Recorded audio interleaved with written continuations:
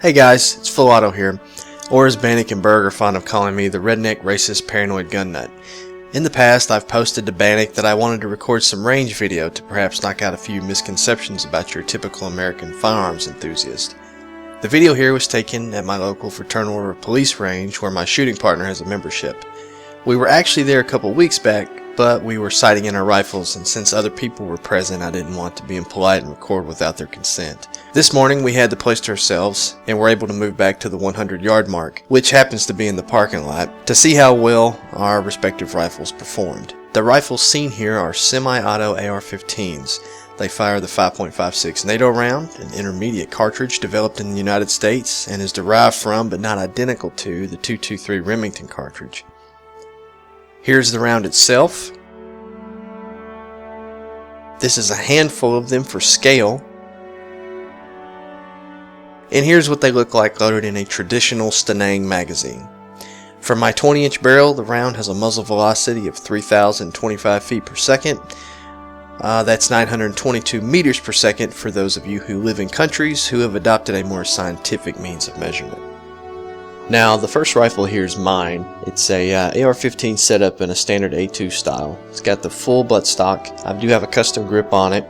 I've colored in the markings on the rifle. It's going to have a 20-inch barrel with standard grips and a standard front sight post and a carry handle. It's going to be an A2 flash hider on the end. And the sling there is just a standard GI sling. I didn't want anything fancy on it. I just wanted it stock. You'll notice also that the bolt is to the rear and open. This is to let anyone else at the range there know that the weapon is unloaded and safe. No one was there but us, but it's always a good practice to stick with it. Underneath that handguard there's a gas system that comes from the barrel back to the bolt, and that's what cycles it when you fire it.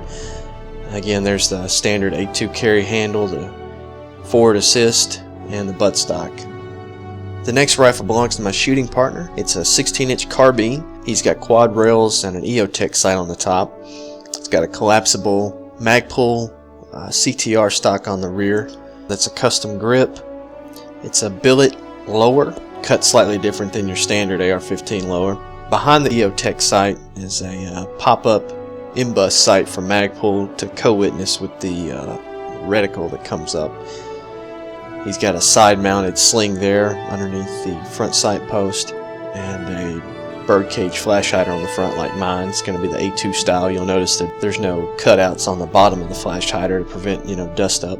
And you'll notice on his rifle as well that the bolt is locked to the rear and the dust cover's open to show that anyone else that might be at the range that the weapon is unloaded and safe.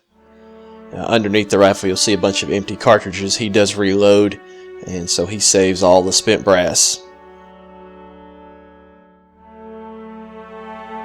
Okay, this last rifle is going to be the same lower but a different upper. It's got a 20-inch barrel, free float handguards, flat top with a scope mount.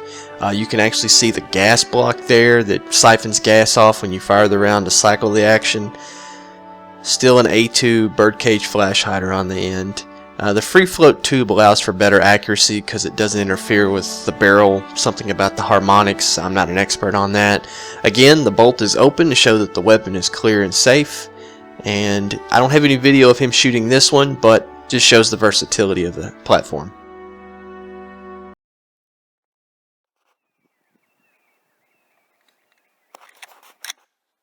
Ready? Yep.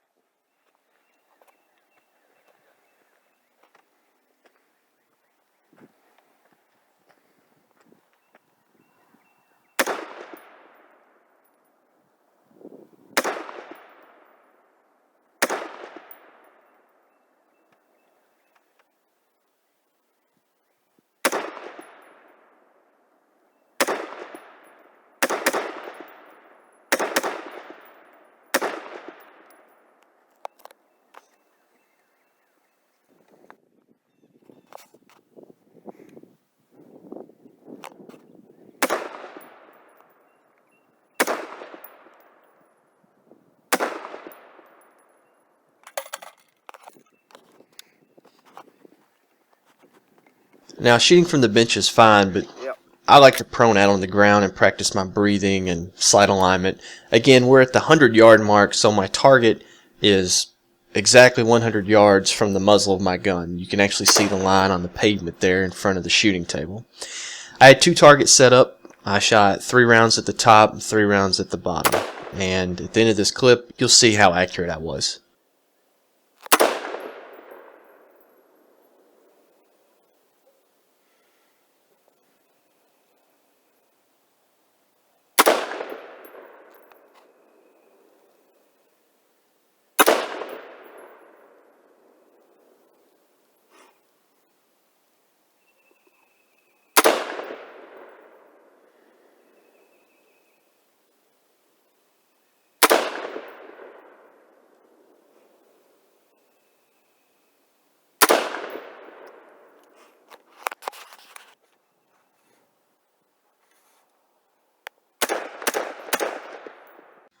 This is the top target.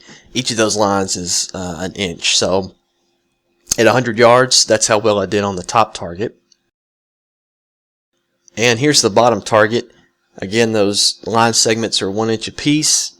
And, you know, for 100 yards, iron sights, I think that's pretty acceptable.